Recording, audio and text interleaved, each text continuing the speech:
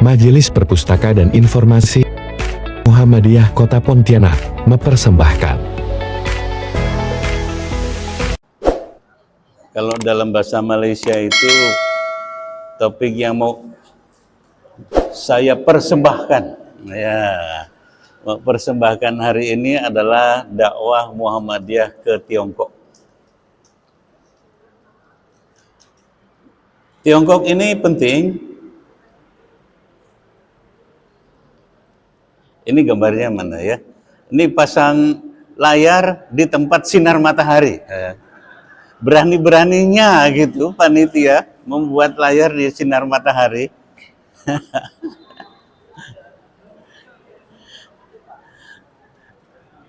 Ya, memang kemampuan kita dalam bermedia itu bukan hanya otak-atik ya, tetapi lighting dan lain-lain itu perlu kita perhitungkan.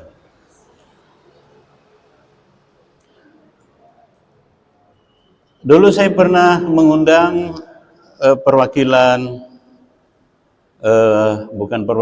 petugas yang bisa menjelaskan perjalanan dan pembelajaran ke Tiongkok pada beberapa tahun yang lalu di Rakernas Dikdasmen, Rakerwil Dikdasmen.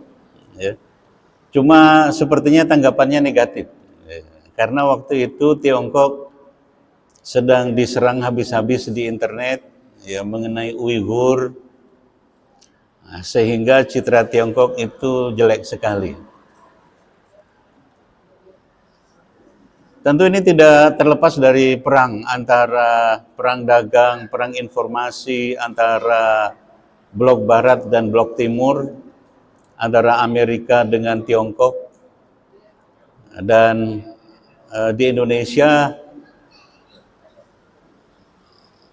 media-media sosial media yang pro ke Amerika itu banyak sekali, sehingga ketika saya mau membawakan materi petugas tentang Tiongkok itu resistensinya kuat sekali.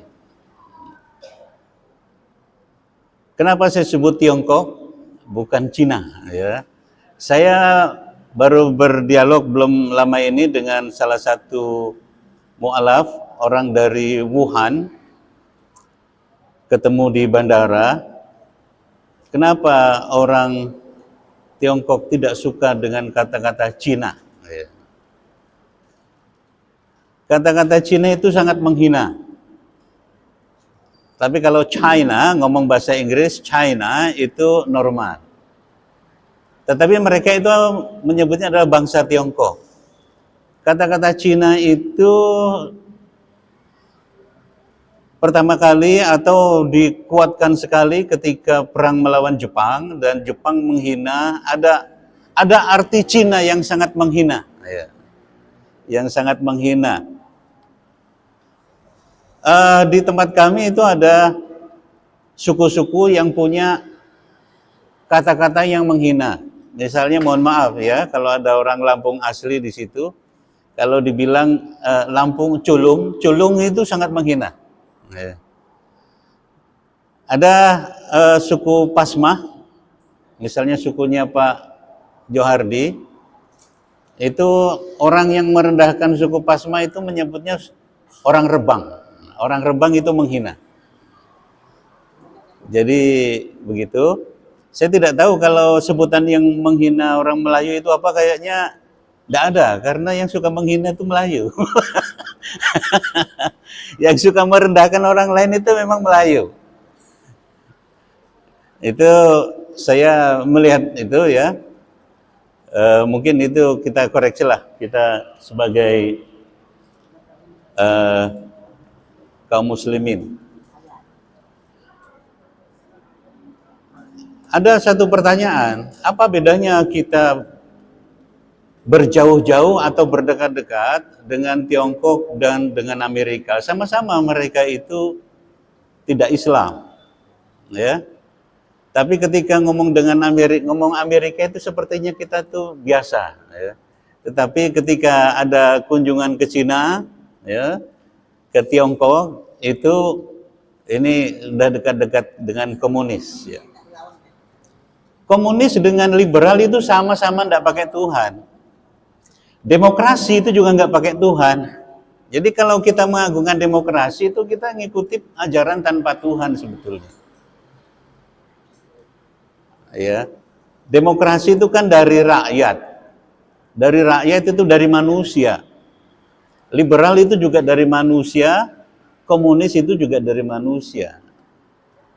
Di Pancasila itu tidak ada kata-kata demokrasi, di Undang-Undang Dasar tidak ada kata-kata demokrasi.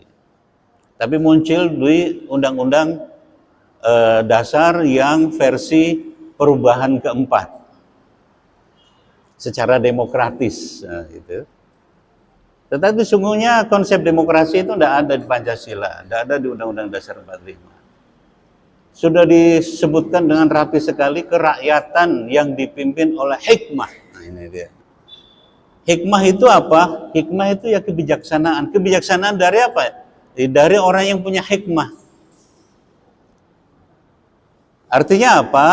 Orang-orang yang punya hikmah itu orang-orang yang belajar agama.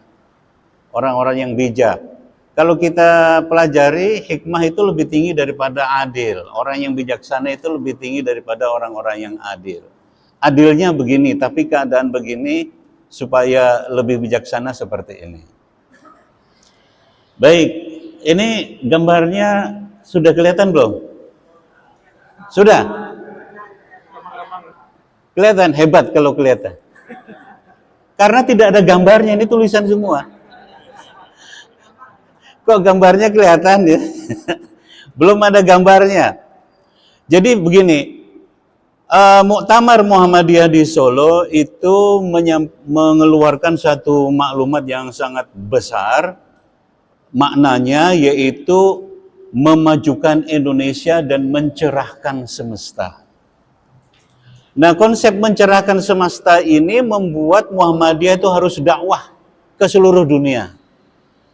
Termasuk upaya untuk membeli properti di luar negeri, kemudian membuat universitas, membuat pesantren, membuat TK, memperbanyak cabang Muhammadiyah istimewa, itu dalam rangka mencerahkan semesta. Muhammadiyah sudah punya cabang istimewa di Beijing, sudah punya cabang istimewa di Taiwan, sudah punya cabang istimewa di Hong Kong.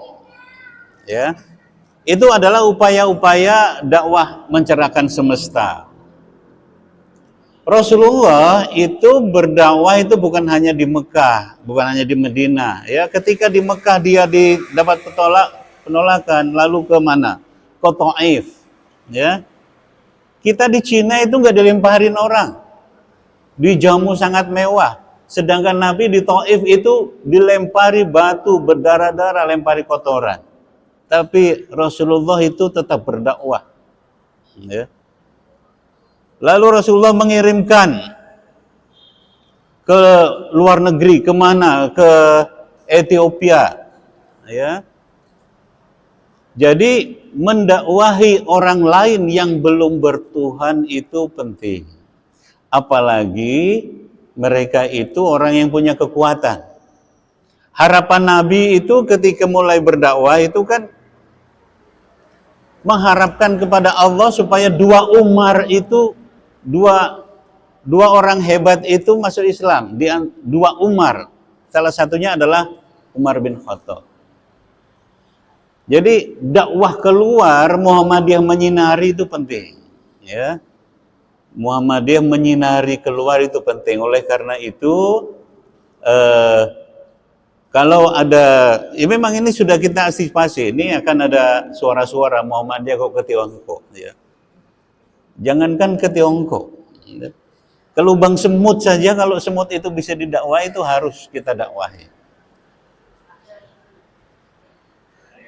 Ini lagu dangdut, ya, ke lubang semut, ya. Baik, terima kasih.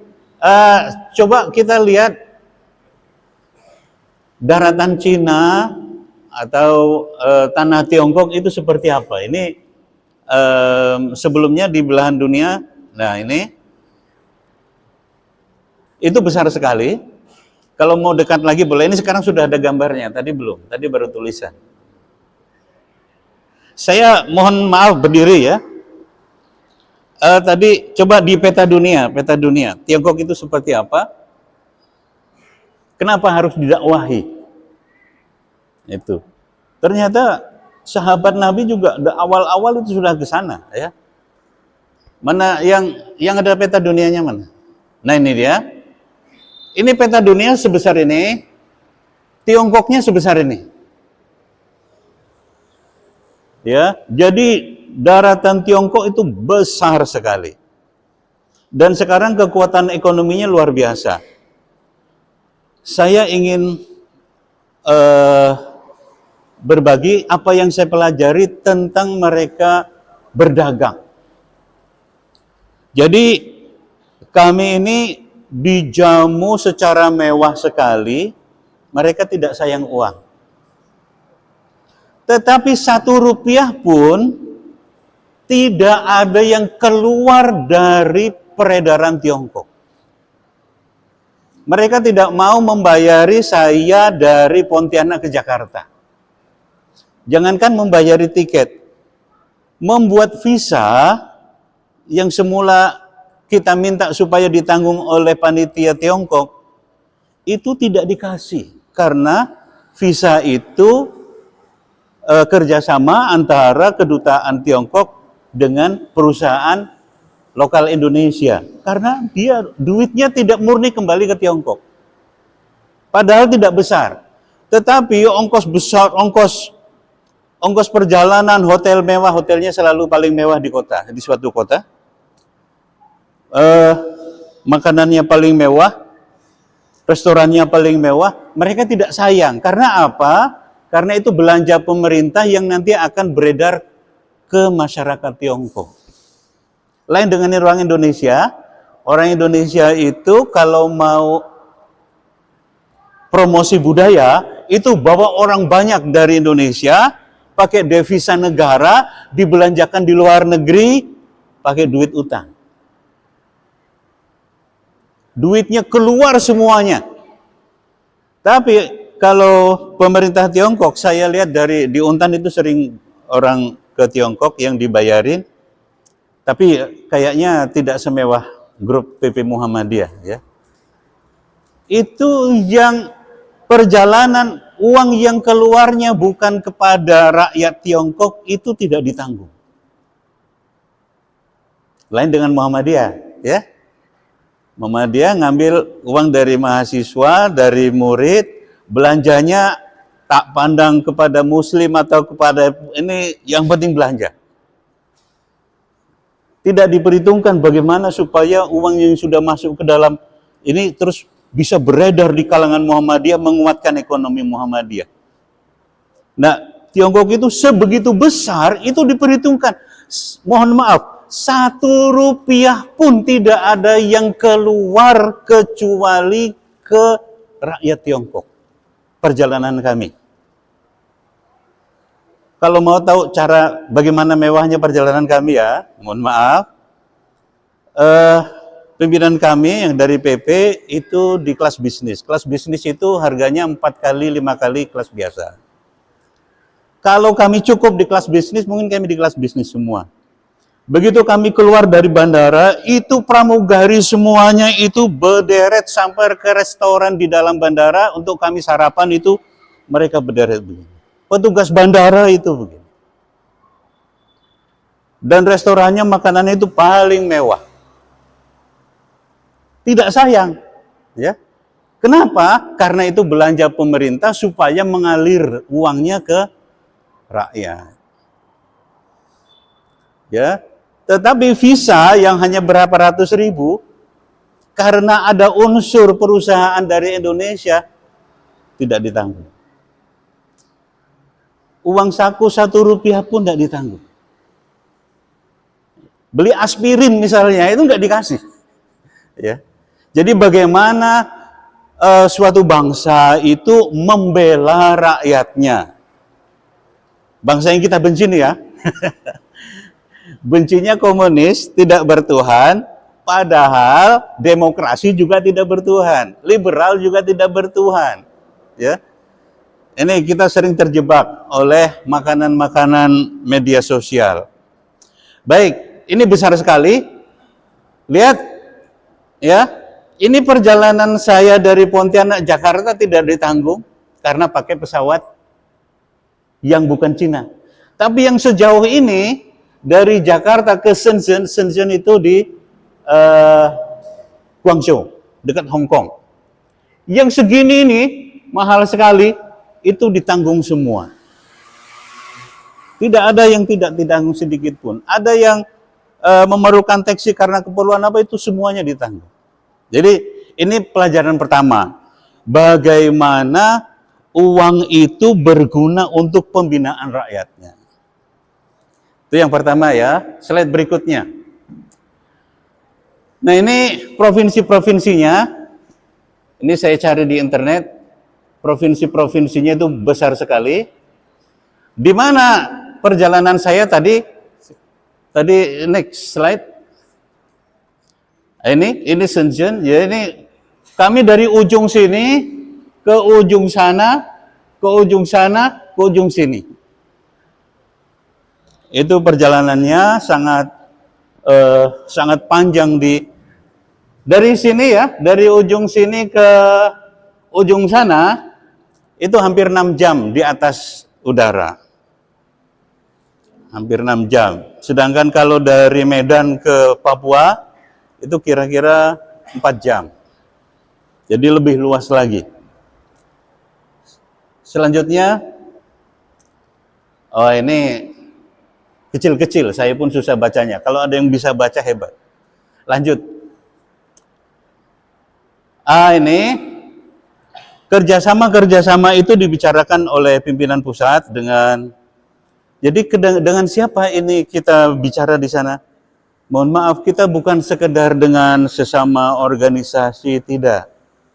Ini pembicaraannya adalah antara pimpinan pusat Muhammadiyah dengan Kementerian Luar Negeri Tiongkok. Kami di sana diterima oleh Wakil Menteri Luar Negeri, karena Menteri Luar Negerinya ya sedang biasalah orang penting ya. Jadi yang menerima itu Wakil Menteri Luar Negeri. Setiap kali pindah kota, yang menyambut itu pejabat sekelas gubernur. Kalau pindah kota di dalam itu sekelas wali kota, sekelas bupati yang menyambut. Itu pakai mobil dinas, mobil mewah, mobil dinas. Kami pakai bis ya agak mewah juga. Yang mengawal kami itu 2 mobil sedan, mobil dinas dengan pejabat. Itu jadi lobi Muhammadiyah itu sudah selevel itu ya. Ini jangan menganggap ini perjalanan biasa, ini perjalanan luar biasa. Saya pernah mewakili Muhammadiyah, dulu mewakili Pak Abdul Samad sebagai rektor perjalanan ke Inggris. Dia disambut tetapi tidak seistimewa ini ya. Ketika saya S3, saya juga mewakili pimpinan pusat ke Jerman. Itu mampir ke kementerian yang mengundang, tetapi tidak ada pejabat yang menyambut. Kami cuma lihat kantornya aja, ya, jalan-jalan di kantornya. Tetapi ini sampai ke lobinya ke Menteri Luar Negeri. Ada lagi kami ke Direktur Pembinaan Agama. Ada di sana, Direktur Pembinaan Agama-agama. Itu memang Tiongkok sudah berubah. Ini kalau direkam, saya kirimkan ke kedutaan Tiongkok, bangga betul. Wah, ini Pak Iksan menyampaikan misi Tiongkok. Bukan, ini sudut pandang yang saya lihat. Selanjutnya, ini sudah saya ceritakan, ya. Kita dipimpin oleh Pak Profesor Abdul Mukti, Sekretaris Umum. Kemudian juga Pak Dr. Saad Ibrahim pernah ke sini, dulu Ketua PWM Jawa Timur, sekarang salah satu Ketua PP Muhammadiyah. Lanjut. Ini susah dibaca ya. Terus ke gambar lagi, ke gambar peta lagi. Ini yang sangat penting sebetulnya mau saya ceritakan. Di mana Xinjiang yang jadi isu besar? Ya. Xinjiang, tempat orang Islam itu di mana? Itu di ujung sana, di ujung barat. Xinjiang itu berbatasan dengan, tidak terbaca ya, Afghanistan, Kirgistan. Sebelum dikasih nama Xinjiang, itu bernama Kirgistan Timur. Artinya apa? Namanya itu mirip dengan nama luar negeri, yaitu Kirgistan. Memang di situ banyak orang Kirgistan, orang Uighur, tetapi saya harus menyatakan begini, penduduk Cina semuanya, penduduk Tiongkok itu 1,4 miliar. 1,4 miliar. 82% itu suku Han. Ya. Suku Han itu banyak yang di Indonesia, yang pesek-pesek itu suku Han. Yang mancung-mancung kemungkinan itu masih ada keturunan Uighur. Ada di dekat rumah saya itu yang agak mancung itu, mungkin dia itu ada hubungannya dengan Uighur. Orang sipit putih yang hidungnya pesek itu Han. Han itu 82% atau 92%, saya lupa. Yang lain itu disebut minoritas. Ya, suku minoritas itu ada 6 di Xinjiang. Rata-rata suku minoritas itu ada di Xinjiang. Yang lain ini adalah tempatnya orang-orang Han. Ini kita ngomong suku dulu, belum ngomong agama ya. Suku minoritas itu memang sedikit. Ada 6, tidak semuanya Islam. Di antaranya adalah Mongolia. Mongolia itu juga cukup banyak. Orang-orang dari Afghanistan, Kirgistan, yang sekarang jadi lucu-lucu. Kenapa? Itu jadi tempat wisata kota tua. Nah, jadi Islam itu tidak hanya Uighur. Suku Han itu juga ada yang Islam di sini. Beijing mana begitu. Yang terjadi kemarin, yang terjadi berdarah-darah itu yang ada di sini, yang berbatasan dengan Afghanistan, Kirgistan. Kita sudah melihat pandangan umum yang disebarkan di internet bahwa itu kebencian kepada Islam, genosida kepada Uighur. Saya mau menyampaikan sudut pandang orang Tiongkok. Ya. Sudut pandang orang Tiongkok itu bukan agama, tetapi kekhawatiran kehilangan wilayah. Seperti Indonesia memperlakukan Aceh dan Papua. Karena ini dulu sebelum diganti Xinjiang itu namanya Kirgistan Timur, padahal Kirgistan itu bukan Cina. Itu maka dicinakan, ya, ditiongkokkan menjadi Xinjiang. Pejabat utamanya sekelas gubernur itu namanya Ahmad Chan. Ya. Ahmad Chan. Lalu Pak Profesor Mukti di lift bisik-bisik tanya, Bapak agamanya apa? Lalu jawabannya apa? Semua pejabat tidak boleh beragama. Ya. Tetapi rakyat bebas beragama. kami negara komunis, pejabat tidak boleh beragama. Itu. Sehingga walaupun namanya Ahmad, itu ya, Ahmad Chan, itu dia tidak beragama. Tetapi di kantor, saya nggak tahu mereka Islam atau tidak, di kantor pembinaan agama-agama sebagian itu Assalamualaikum, Assalamualaikum, Assalamualaikum. Tapi di mana itu yang namanya mau Assalamualaikum itu susah. Ya. Baik, yang kami kunjungi ada 3 kota, yaitu Kashgar. Nah, Kashgar dari namanya itu bukan Tiongkok. Tetapi sudah digeser, orang Han itu susah ngomong Kashgar. Jadi menjadi Kashi. Ya, Kashi. Kemudian kami ke Yining dan ke Urumqi. Urumqi itu ngomong Qaf itu orang Cina kan susah. Jadi sekarang Urumqi tulisannya Urumqi tapi bacanya Urumqi. Ya.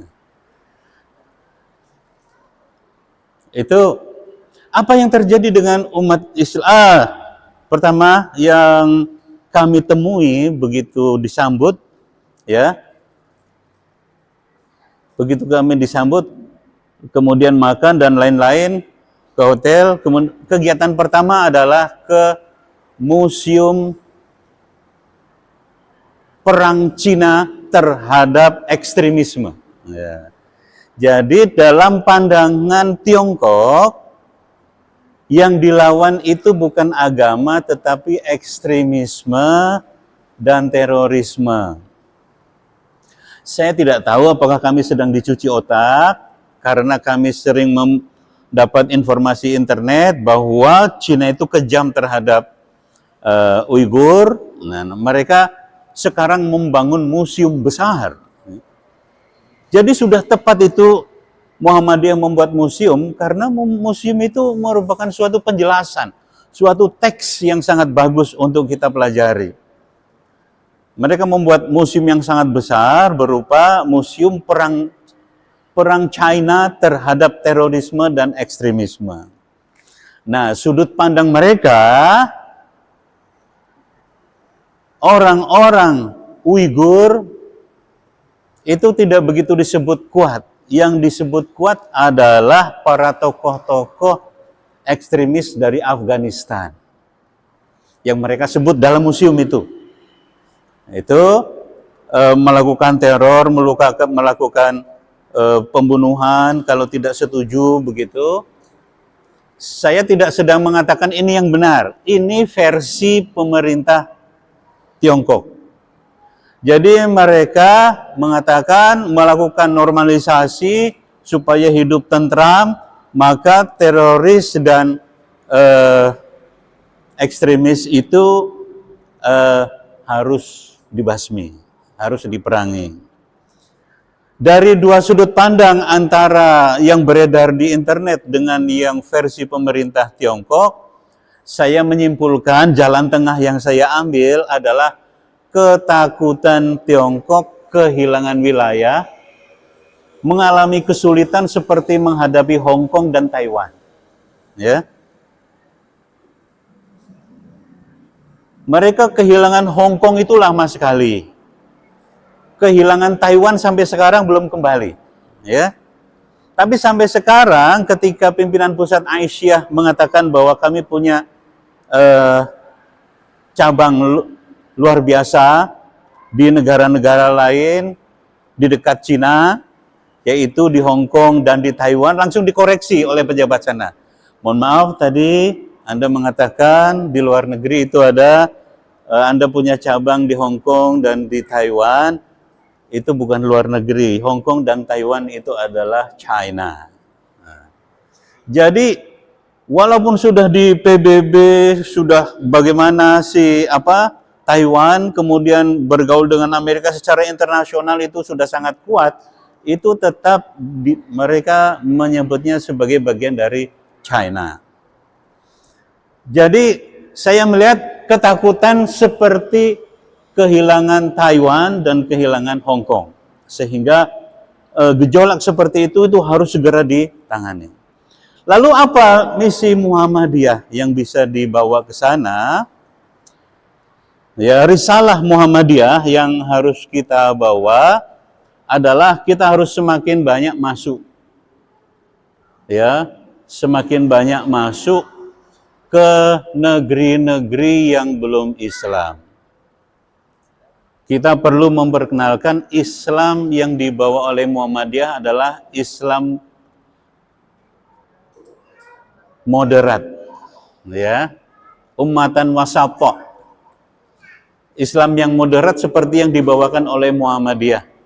Muhammadiyah di dalam sifat-sifatnya salah satunya adalah bekerja sama dan patuh kepada pemerintahan yang sah.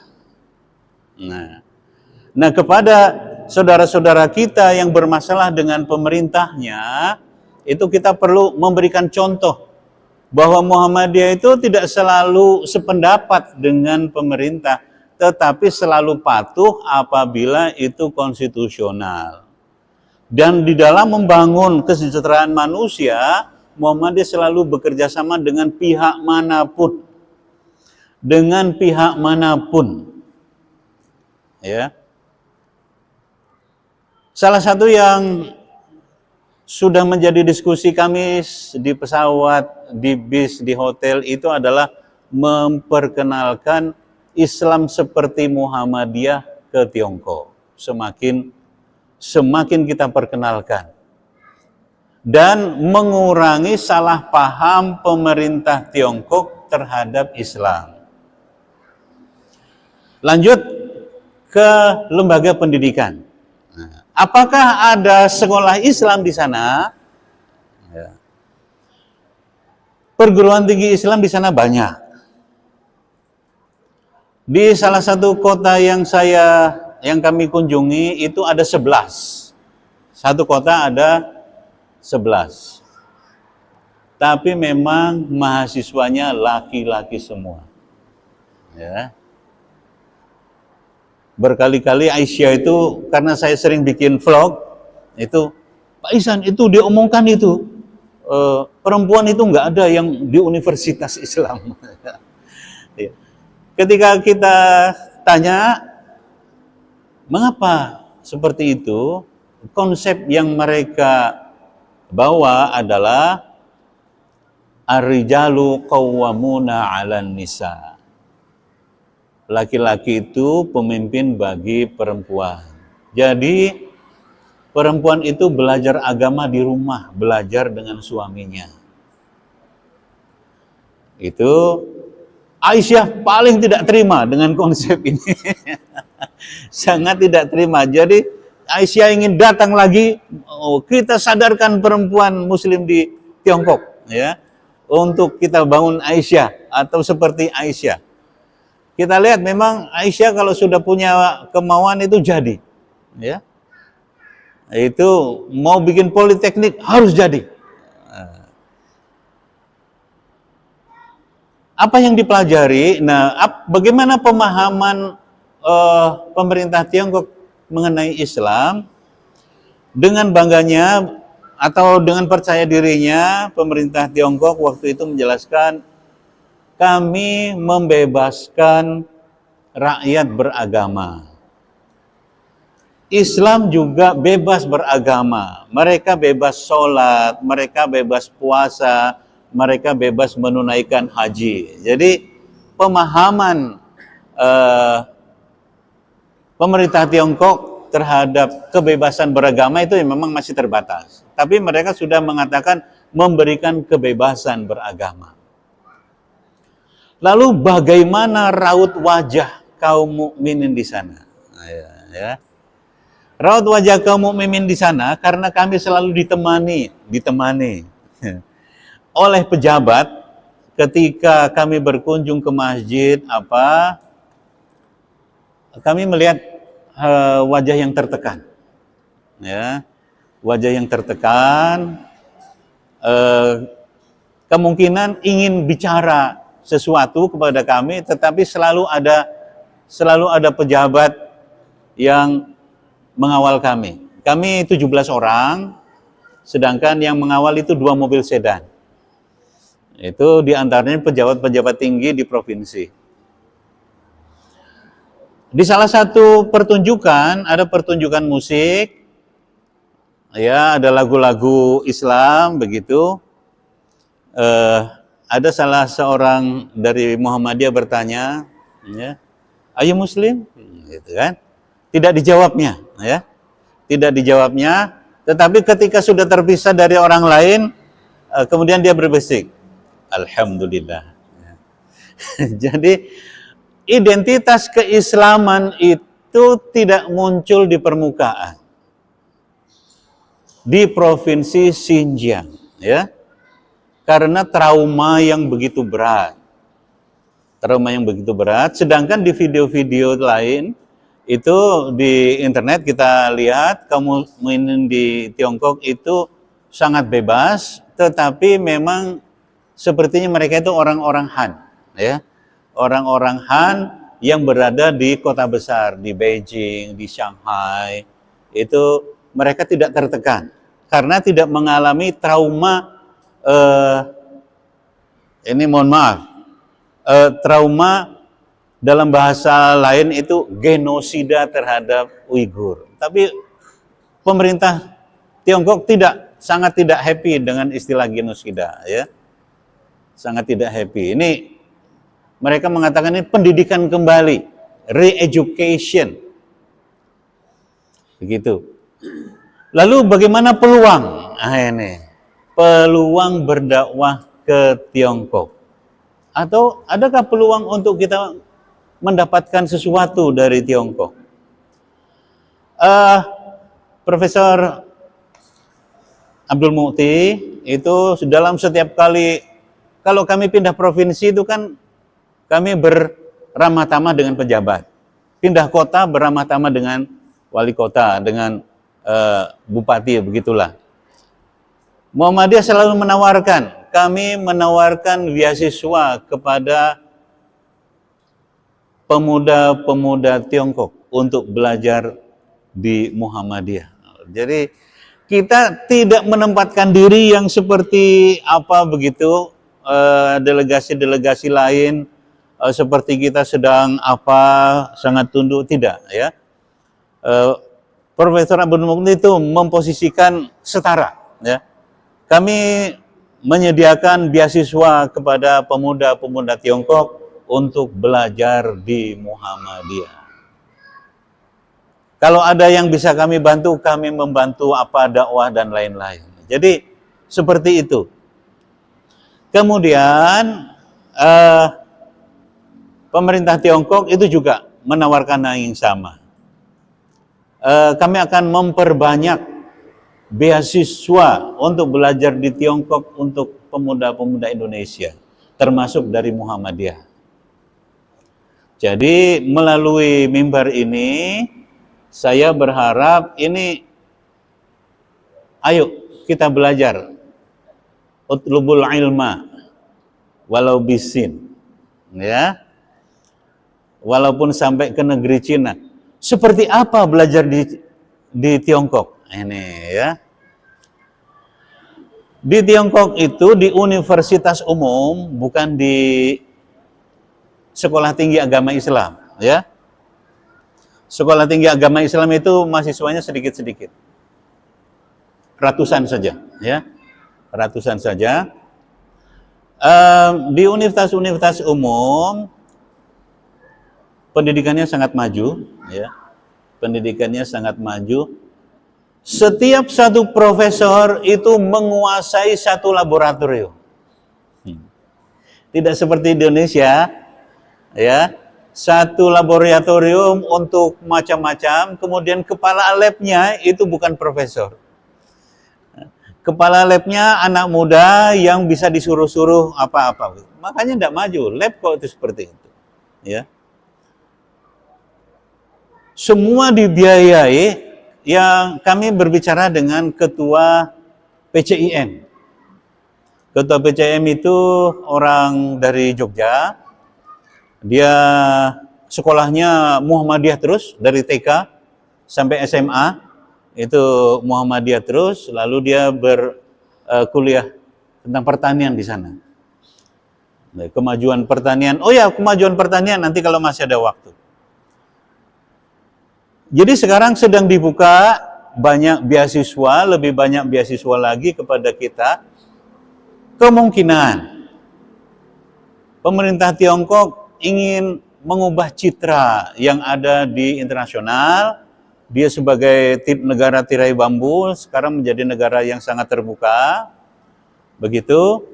Tetapi bagi Muhammadiyah, pengiriman mahasiswa sebanyak-banyaknya yang pertama adalah untuk pengembangan SDM Muhammadiyah. Yang kedua, menjadi jembatan dakwah. Sekecil apapun, walaupun satu PCIM hanya bisa mendakwahi satu orang di Tiongkok, tidak masalah. Yang penting ada usaha. Muhammadiyah itu dulu juga dari mempengaruhi orang-orang yang kecil-kecil, ngambil dari pasar apa begitu. Diajari membaca. Ternyata bisa besar seperti ini kan. Yang berikutnya adalah menjadi diplomatnya Muhammadiyah. Diplomat artinya menjadi wakilnya Muhammadiyah untuk memperkenalkan, untuk mengurangi misunderstanding, kesalahpahaman mengenai Islam dan kesalahpahaman mengenai Muhammadiyah. Ini kalau ada yang punya anak lulusan SMA, ya, saya merasa mengirim mahasiswa ke Tiongkok dengan ke Jerman masih aman ke Tiongkok. Ya, ke Eropa pada umumnya, di Jerman terutama, ya saya 2 kali ke Jerman, yang terakhir belum lama, itu anak-anak kita bisa terancam LGBT. Karena di sana LGBT itu sangat terang-terangan. Toko-toko yang mendukung LGBT itu pasang logo LGBT itu banyak sekali di Jerman. Sedangkan di Tiongkok itu barang aneh. Bagi Tiongkok itu laki-laki ya laki-laki, perempuan ya perempuan. Apakah anak kita bisa jadi komunis di Tiongkok? Mungkin 0,0 sekian persen. Ya. Jadi belajarlah ke Tiongkok karena ada misi Muhammadiyah berdakwah di Tiongkok. Kemudian ya syukur-syukur sekolah-sekolah ini ya, dulu saya pernah promosikan, ayo kita ke Tiongkok, dibiayai oleh pemerintah Tiongkok. Setelah di Tiongkok ya, jadi sampai ke Shenzhen itu masih biaya sendiri. Kalau kami semuanya full, sepanjang itu mengalir ke rakyat Tiongkok. Coba lihat bagaimana mengelola sekolah. Memang agak lebay sih, politisi-politisi yang sudah dibawa ke Tiongkok mengatakan itu Tiongkok lebih Islam dari Indonesia. Untuk hal-hal yang nampak di mata memang jauh. Kebersihan, ketertiban. Ya. Tas salah satu PBM itu hilang di bandara. Di pintu keluar. Karena misalnya ke pintu keluar itu kami mau keluar, lalu disambut oleh pejabat setingkat gubernur. Karena melihat yang menyambut itu pakai jas rapi, ya, barisannya itu rapi, lalu kami pun gopoh, ya ganti pakaian, apa itu kan? Si yang dari Banten ini ngambil songkok, lalu karena gopoh mau disambut, kita ndak enak. Baru tidur di bandara, baru tidur di pesawat 5,5 jam, ya tidur apa begitu, gopoh ngambil songkok lalu hilang. Tas itu tertinggal, isinya paspor, uang, yang penting-penting lah. Sadar-sadar itu sudah hampir sampai hotel. Katakanlah sudah sampai Pontianak lah, padahal lebih jauh lagi. Ya. Namanya orang tidak tahu bahasa Inggris, apalagi bahasa Mandarin. Nah, apa Pak? Hilang, apa Pak? Ya. tas saya hilang. Di mana? Di bandara, gitu kan? Tenang Pak, tenang. Duduk dulu. Hilangnya di bagian apa, di apa? Lalu saya tanya, lalu saya komunikasikan dengan staf dari Kementerian Luar Negeri. Staf Kementerian Luar Negeri itu, pejabat Kementerian Luar Negeri menyambut kami begitu datang ke bandara baru dari Indonesia itu sudah disambut. Ya, saya ceritakan begini-begini. Oh, no problem. Ya, nanti kita cari. Apa yang terjadi? Belum setengah hari sudah ketemu. Itu di negara komunis ya. Di negara komunis yang tidak pakai apa itu? Hukum yang macam-macam. Belum setengah hari sudah ketemu. Bagaimana caranya? Itu lapor kepada kepolisian terdekat ke bandara itu lihat CCTV semua, begitu, dilacak, pulang setengah hari sudah ada. Ya. Padahal itu bandara internasional, nanti dilihat bandara Shenzhen itu bandara internasional yang besar, pintunya besar, ketika kita mau keluar itu ramai, jauh lebih ramai daripada Supadio. Saya tidak tahu kalau di Supadio mungkin 2 menit lah bisa ditemukan oleh orang lain. Itu contoh lah ya. Kemudian cara menjamin halal bagaimana? Ya, kan sebelum berangkat kami mengatakan kami harus halal. Jangan khawatir Pak, kami jamin 100% halal. Ya. Ketika di hotel, di restoran itu memang kami lihat kehalalannya, mereka itu benar-benar menjaga. Jadi jelas, yang halal dan tidak halal itu jelas. Sekarang coba Bapak Ibu kalau mau makan di Gajah Mada atau di mana itu, apakah yakin ini halal, ini bagian halal, ini bagian tidak halal? Itu salah satu contoh ya. Jadi mari kita perluas dakwah kita. Saya bersama di situ ada Rektor Universitas Muhammadiyah Kupang. Universitas Muhammadiyah Kupang itu 70% mahasiswanya Katolik. Kristen. Ya Kristen dan Katolik lah begitu. Itu kenapa bisa seperti itu Universitas Muhammadiyah itu? Sedangkan kita juga banyak umat non-muslim di sekitar kita, tetapi kenapa tidak banyak kaum non-muslim yang sekolah dan kuliah di tempat kita? Itu juga perlu kita pertanyakan. Jadi dakwah kita itu perlu kita perluas, dakwahlah keluar, jangan terus ngobok-ngobok ke dalam, lalu yang salah sedikit jadi besar. Ya. Tapi kalau kita banyak dakwah keluar, insya Allah ya manfaatnya lebih besar. Yang di dalam itu tetap kita laksanakan dakwahnya dengan tidak terlalu membesarkan hal-hal yang kecil. Barangkali itu yang perlu saya sampaikan. Ya, saya sebelum jam 8, ya jam 8 kurang seperempat lah kalau bisa saya sudah meluncur ke Untan karena harus mengajar. Ya. Kalau ada tanya jawab, saya senang. Ya. Intinya jangan takut dengan dakwah keluar. Ayo keluar. Ya, khuruj. Baik, udah ada belnya ya. Assalamualaikum warahmatullahi wabarakatuh.